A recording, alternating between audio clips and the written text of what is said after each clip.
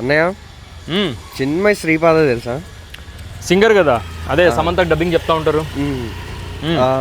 ట్విట్టర్లో ఒక moment create చేశారంట ఆడవాళ్ళని తిట్టే వాళ్ళ మీద.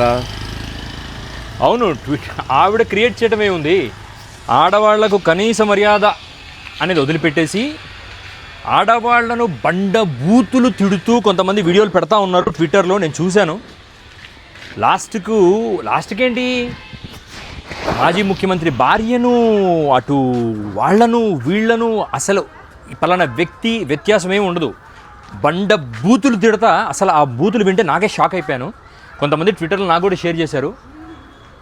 ఒక చిన్మయ శ్రీపాద ఏంటి, దీని పట్ల రెస్పాండ్ అవ్వాల్సింది నారా లోకేష్, పవన్ కళ్యాణ్, నాట్ జస్ట్ చిన్మయ శ్రీపాద.